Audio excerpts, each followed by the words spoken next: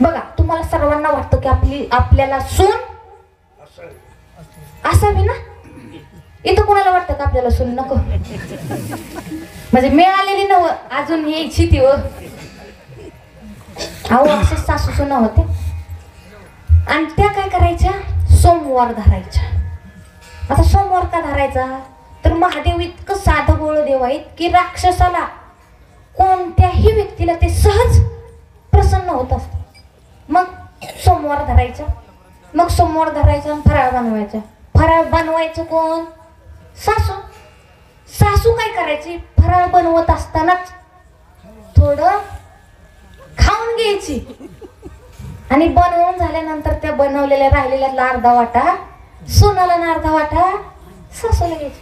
असं चालू असताना एक दिवस सुनानं ते बघितलं. सून काय म्हणाली, सासूबाई आजपासून फराळ तुम्ही नाही मी बनवणार. मग सुनबाईने पण फराळ बनवायचं, बसायची बनवाय. सासूबाईंगत बनवताना खाऊन घ्यायचं, नंतर अर्धा वाटा घ्यायचं. असं चालू असताना परंतु व्रत तर घडायचं ना, सोमवार घडायचं ना.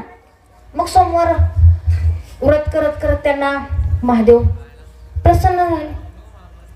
तेव्हा महादेव प्रसन्न झाल्यानंतर पार्वती म्हणाले, महादेव त्यांना म्हणाले, आता मी तुम्हाला प्रसन्न झालोय, तुम्हाला काय मागायचंय ते मागा. परंतु पार्वती म्हणाली, तुम्ही असं कसं काय म्हणू शकता, काय पाहिजे ते मागा. बायका काय मागतील याचा तपास लागणार नाही. तेव्हा महादेव म्हणाले, असू दे आता बोललोय ना, जाऊ दे.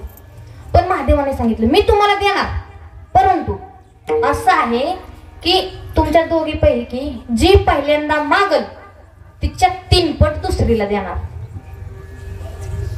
आता दोघीची भांडणं लागली ना, ही म्हणते तू माग, ती म्हणते तू माग, तू माग, तुम्ही मागा, तू माग, तुम्ही मागा, तू माग. मग तसं करत करत महादेव म्हणलंय, मागताय का जाऊ परत. मग सुनबाई शिकलेली होती, हुशार होती, ती काय म्हणाली, बरं मीच मागते.